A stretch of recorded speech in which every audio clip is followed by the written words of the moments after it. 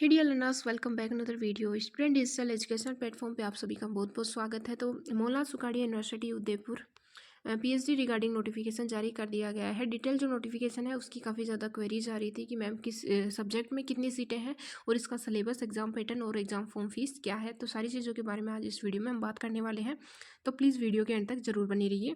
तो सबसे पहले मैं आपको बता दूँ इसमें जो एग्जामिनेशन जो प्रोसेस होने वाली है, सबसे पहले होगा आरईटी जो एग्ज़ाम है वो कंडक्ट करवाएगा जाएगा।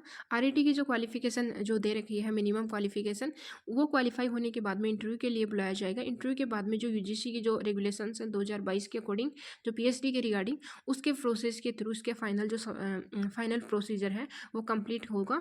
तो इसमें जो एग्ज़ाम का जो मंथ है वो अप्रैल दे रखा है। अप्रैल महीने में एग्ज़ाम कंडक्ट करवाई जाएगी। और उसके एग्जामिनेशन के जो सेंटर्स हैं उसकी भी क्वेरीज आ रही थी कि मैम एग्ज़ाम का जो सेंटर है वो क्या उदयपुर शहर में होगा या फिर राजस्थान के अदर डिस्ट्रिक्ट्स में भी इसके सेंटर्स अवेलेबल हो सकते हैं क्या। लेकिन मैं आपको बता दूं इसके ओनली सेंटर उदयपुर शहर में है। इसकी एलिजिबिलिटी के बारे में आपको यहाँ पे बता रखा है। एलिजिबिलिटी क्राइटेरिया आप खुद देख लीजिए क्या दे रखा है। इसमें एग्जाम्पशन के बारे में दे रखा है कि एग्जाम्पशन है या नहीं है, इसके बारे में बता रखा है। रिजर्वेशन के बारे में बता रखा है यहाँ पे।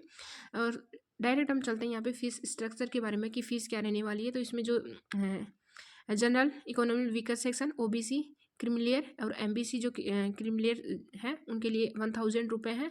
और जो SC ST OBC non creamy layer जो हैं उनके लिए, एमबीसी कैटेगरी के लिए ये 500 रुपये आपकी फ़ीस दे रखी है। नेक्स्ट बात करते हैं हम यहाँ पे जो सिलेबस के बारे में है कि स्कीम ऑफ टेस्ट जो है उसमें सिलेबस क्या क्या पूछा जाएगा। तो सिलेबस के बारे में बात करेंगे। 100 क्वेश्चन होंगे, multiple choice question, MCQ base पे एग्जाम कंडक्ट करवाई जा रही है, जिसमें 50 क्वेश्चन आपके रिसर्च आरएम से पूछा जाएगा। और जो 20 सेक्शन है उसमें सब्जेक्ट स्पेसिफिक जो सब्जेक्ट है जिसमें आपने पीजी किया है उसके रिगार्डिंग पूछा जाएगा। लेकिन अभी यहाँ पे किसी प्रकार से सब्जेक्ट अवेलेबल सिलेबस अपडेट नहीं करवाया गया है, किसी प्रकार का कोई सिलेबस के बारे में डिस्कस नहीं किया गया है। तो कैटेगरी वाइज मिनिमम जो क्वालिफिकेशन के बारे में यहाँ पे बात की गई है, जो जनरल और एमबीसी और ओबीसी जो कैटेगरी में जो बिलोंग करते हैं उनको 50% मार्क्स लाने हैं। और जो pH, SC, ST, OBC non creamy layer और एमबीसी नॉन क्रिमिलियर जो है उनको 45%, मतलब 45% से 50% आपके पास में इंटरव्यू में बैठने के लिए आपके पास में आरईटी एग्जाम में क्वालिफिकेशन मार्क्स होने चाहिए। ठीक है, 100 में से आपको 45-50 क्वेश्चन आपको करेक्ट चाहिए। ठीक है, अपनी कैटेगरी के अकॉर्डिंग। और यहाँ पे रोल नंबर वगैरह के बारे में बता रखा है नीचे। 7 डेज पहले आपको अपने रोल नंबर प्रोवाइड करवा दिए जाएंगे। Admit card, detail of subject, weekend seat, मतलब किस सब्जेक्ट में कितनी सीटें हैं इसके बारे में आप यहाँ पे देख लीजिए। एबीएसटी जो लेखा शास्त्र सांख्यिकी है उसमें 4 सीटें हैं, लेकिन जो banking and business economics, banking एवं व्यावसायिक अर्थशास्त्र ईएफएम में कोई सीट यहाँ पे अवेलेबल नहीं है। लास्ट टाइम जब 2023 वाला जो आरईटी एग्जाम कंडक्ट करवाया गया था उसमें इन तीनों सब्जेक्ट में कोई सीटें नहीं थी, मतलब कॉमर्स के 2-3 सब्जेक्ट हैं उनमें कोई सीट नहीं थी, नील था। ठीक है, तो अभी जो व्यावसायिक प्रशासन है उसमें 7 सीट अवेलेबल है। मैनेजमेंट स्टडी में, प्रबंध अध्ययन में 3 सीटें हैं। और टूरिज्म मैनेजमेंट में, पर्यटन में नील कोई सीट नहीं है। कानून लॉ में 2 सीटें अवेलेबल है। एजुकेशन में 15 सीट हैं। और इकोनॉमिक्स अर्थशास्त्र में 11 सीट है। भूगोल ज्योग्राफी में 9 सीटें हैं। होम साइंस गृह विज्ञान में 14 सीट अवेलेबल है। नेक्स्ट बात करते हैं जर्नलिज्म एंड मास कम्युनिकेशन, पत्रकारिता एंड जनसंचार में 3 सीटें अवेलेबल हैं। बाकी लाइब्रेरियन एंड इंफॉर्मेशन साइंस में, पुस्तकालय एवं सूचना विज्ञान में 1 सीट अवेलेबल है। पॉलिटिकल साइंस राजनीतिक विज्ञान में 5 सीटें हैं। मनोविज्ञान साइकोलॉजी में कोई सीट अवेलेबल नहीं है। लोक प्रशासन जो पब्लिक एडमिनिस्ट्रेशन है उसमें 2 सीट अवेलेबल है। समाजशास्त्र में 19 सीटें हैं। अंग्रेजी में 8 सीट है। हिंदी में 5 सीट है। इतिहास में 4 सीट है। जैन विद्या एवं प्राकृत में 1 सीट अवेलेबल है। संगीत में 6 सीटें अवेलेबल है। दर्शन शास्त्र में कोई सीट नहीं है।